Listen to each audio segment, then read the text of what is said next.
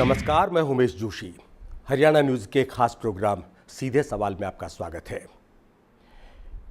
आज हमारे खास मेहमान हैं लोकसभा सदस्य श्रुति चौधरी। पहले हम श्रुति चौधरी जी का परिचय करवा देते हैं, उसके बाद शुरू करते हैं हमारा खास प्रोग्राम सीधे सवाल। सीधे सवाल में आज हॉट सीट पर होंगी भिवानी महेंद्रगढ़ से सांसद श्रुति चौधरी। 3 अक्टूबर 1975 को पैदा हुई श्रुति चौधरी को राजनीति विरासत में मिली। 2009 में 15वीं लोकसभा में पहली बार दक्षिण हरियाणा के पिछड़े इलाके भिवानी महेंद्रगढ़ का प्रतिनिधित्व करने पहुंची।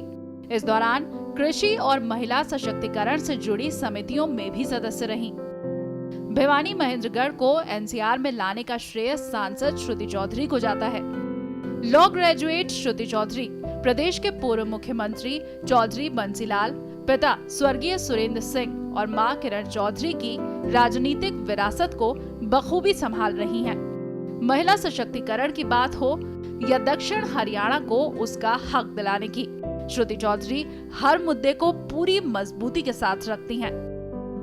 भारतीय शास्त्रीय संगीत में पारंगत श्रुति चौधरी आने वाले चुनावों में युवा और महिला वोटरों का रुख अपनी पार्टी के पक्ष में मोड़ने में अहम भूमिका निभा सकती हैं। श्रुति जी, आपसे पहला सवाल। करीब 8 महीने बाद लोकसभा के आम चुनाव होने वाले हैं। क्या आपने चुनाव का बिगुल बजा दिया है? देखिए, मैं एमपी हूँ, सांसद हूँ और मेरा काम है लोगों के बीच में रहना, काम जो समस्याएं हैं उनको उठाना, जहाँ जहाँ मैं उनका समस्याओं का को सॉल्व, उनका सल्यूशन दे सकती हूँ वो करना। तो मैं तो लगी हुई हूँ और मेरी तरफ से मैं तैयार हूँ चुनाव के लिए। आपने कहा कि मेरा काम है लोगों की समस्याएं सुनना और उनका हल निकालना। आपके इलाके में सबसे बड़ी समस्या पानी की है, आज से नहीं वर्षों से है। उसके लिए आपने एक योजना भी शुरू की है, तो उस योजना को अमली जामा कैसे पहनाया जा रहा है? देखिए, आपने बिल्कुल सही कहा। ये दक्षिण हरियाणा का इलाका है जो मेरी कॉन्स्टिट्यूंसी है और यहाँ पे पानी की बहुत ज़्यादा किल्लत है। और ख़ास तौर पे जिस प्रोजेक्ट की आप जो बात कर रहे हो, ये नांगल चौधरी और नारनौल के कई हिस्सों जो गांव हैं उसके बारे में आप बात कर रहे हैं। जी, 118 गाँव। जी, 118 गाँव। और मुझे जब टिकट कांग्रेस पार्टी की मिली, श्रीमती सोनिया जी ने मुझे जब टिकट दी, तो तब मैंने जब अपना दौरा शुरू किया, महेंद्रगढ़ भिवानी एक कॉन्स्टिट्यूंसी पहली बार बने, एमपी कॉन्स्टिट्यूंसी, और तब मैंने देखा कि कितना पिछड़ापन है और ख़ास तौर पे पानी की जो किल्लत है कि देश आज़ाद हो गया मगर फिर भी लोग वही पानी के लिए रो रहे हैं, दिक्कत है। तब नांगल चौधरी के लिए ख़ास तौर से मैं हमारे उस वक्त के जो हमारे फाइनेंस मिनिस्टर श्री प्रणब मुखर्जी, मैं उनसे मिली और उनको मैंने बयान करा कि किस तरीके से इस इलाके को पैसे की ज़रूरत है और ड्रिंकिंग वाटर सप्लाई की यहाँ पे बहुत ज़्यादा प्रॉब्लम है।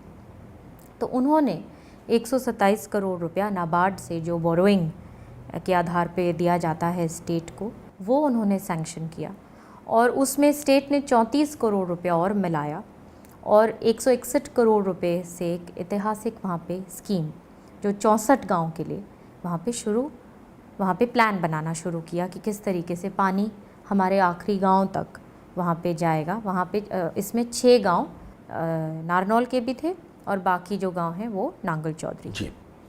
उसके बाद श्रीमती किरण चौधरी जी को ये महकमा मिला भगवान की दया से और उन्होंने फिर जो बाकी के जो गांव थे 54 गांव हैं उसमें फिर और पैसा मिलवाया और फिर अब ये करीब 270 करोड़ रुपए की लागत से ये सारा काम नारनौल से पानी आया जाएगा और लोगों तक पहुंचाएगा। नारनौल तक पानी कहाँ से आएगा? नारनौल में बनना भी शुरू हो गया है। नारनौल में पानी कहाँ से आएगा? पानी के वहाँ से जो लाया जाएगा, वहाँ से जो कैनाल जो है उसको बढ़ाई गई है, उसको बढ़ाया गया है। कौन सी कैनाल को? जो हमारी वहाँ पे जो कैनाल्स जो लगती हैं जी। हाँ, कैनाल्स में तो पहले ही पानी नहीं है। जब वहाँ कैनाल्स में पानी नहीं है तो नारनौल में जो वाटर प्योरिफिकेशन है वो कैसे होगा? देखिए ये सारा प्रोजेक्ट जो बन रहा है, जो आप सही कह रहे हैं, हमारे पीछे कैनाल्स में पानी नहीं है और वो बहुत एक दिक्कत है हमारे इलाके की, दक्षिण हरियाणा की। और पीछे से अगर हमको पानी पूरा नहीं मिलेगा तो वो तो दिक्कत आएगी, क्योंकि पानी तो मैं भर नहीं सकती अब कैनाल के अंदर। वो पूरा की पूरा, जैसे आपको पता है कि पानी ना केवल हमारे हरियाणा में मगर पूरे विश्व में कितनी तंगी है।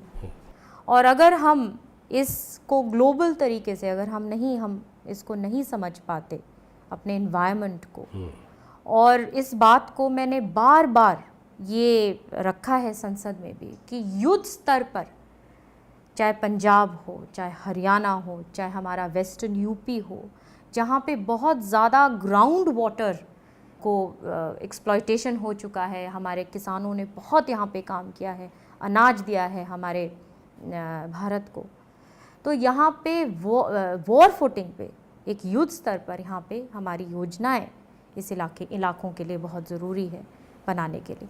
श्रुति जी, बात आपकी बिल्कुल सही है। अंधाधुंध दोहन हुआ है अंडरग्राउंड वाटर लेवल का, रिचार्जिंग की कोई व्यवस्था नहीं की गई, नहरों में पानी नहीं है। कोई भी बड़ा प्रोजेक्ट जब शुरू किया जाता है तो उसकी फिजिबिलिटी रिपोर्ट बनती है, उसमें यह तय हुआ होगा कि पीछे से नहरों में पानी कहाँ से आएगा, क्या पर्याप्त पानी आएगा या नहीं आएगा, अगर नहीं आएगा तो उसके लिए क्या व्यवस्था होगी। इस तरह का कुछ आपने उसी के आधार पर ये प्रोजेक्ट बना है। इसको बहुत ही टेक्निकल रूप से इस इलाके के लिए, इस इलाके की तंगी को देखकर, क्योंकि अगर हम चाहते तो नांगल चौधरी से ही वहाँ पे जहाँ पे गांव हैं वहाँ पे एक पॉकेट्स हैं जहाँ पे पानी ठीक है, वहाँ से भी करा जा सकता था। लेकिन उस बात को समझते हुए कि यहाँ पे ग्राउंड वाटर एक्सप्लॉयटेशन नहीं करनी, ये डार्क जोन में जा चुका है ये इलाका, इसलिए इस तरीके से इस प्रोजेक्ट को बनाया। मैं ये सवाल बार बार इसलिए पूछ रहा हूँ कि अगर पीछे से नहर से पानी नहीं आया, क्योंकि आपका पूरे प्रोजेक्ट की कामयाबी इस बात पर टिकी है कि आपको नहर से पर्याप्त पानी मिलेगा। इन केस नहर से पूरा पानी नहीं मिला तो पूरा प्रोजेक्ट फ्लॉप हो जाएगा। देखिए, नहर में तो पानी ज़रूरी है और ये तो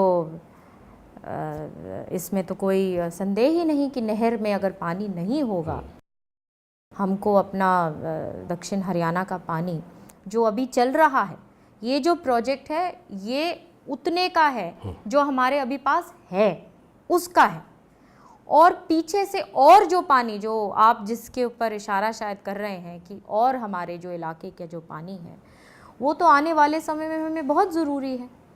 इसका मतलब ये है कि 54 गांव जो अभी बचे हुए हैं उनके लिए कोई व्यवस्था भी नहीं है। 54 गांव की तो है ना प्रोजेक्ट, अभी 64 गांव का प्रोजेक्ट, 64 और 54 का भी ले लिया गया है। 54 गांव बचे नहीं हैं, वो भी जब भी 118 गांव, जैसे आपने कहा कि वो भी जब श्रीमती किरण चौधरी जी ने कमांड संभाली पब्लिक हेल्थ डिपार्टमेंट की, तो उनके प्रयासों से, भूपेंद्र सिंह हुड्डा जी के प्रयासों से ये काम। आपका प्रोजेक्ट 2 फेज में है, एक फेज में 64 गांव, दूसरे फेज में 54 गांव। हाँ, पहले फेज का जो कंप्लीशन है वो शायद 2 या 2.5 महीने बाद पूरा करने की योजना है। सेकंड फेज कब तक पूरा होगा? अगले साल तक। अगले साल तक जी, 14 ये चुनाव से पहले 14 अब होपफुली चुनाव से पहले, लेकिन डेट है मार्च, मेरे ख्याल से मार्च की डेट है, लेकिन कोशिश पूरी जारी है। मैं इन सब चीज़ों की बार बार जब भी मैं जाती हूँ तो इनका मुआयना भी करती रहती हूँ कि जो पानी है वो जल्द से जल्द हमारे लोगों तक पहुँच जाए। वक्त एक छोटे से ब्रेक का। ब्रेक के बाद भी लोकसभा सदस्य श्रुति चौधरी से बातचीत का सिलसिला बना रहेगा। अगर असली पाले से अगर उनको अटैक करेगा तो मुआवजा उनको भी मिलेगा, कोई उनमें भेदभाव नहीं होगा।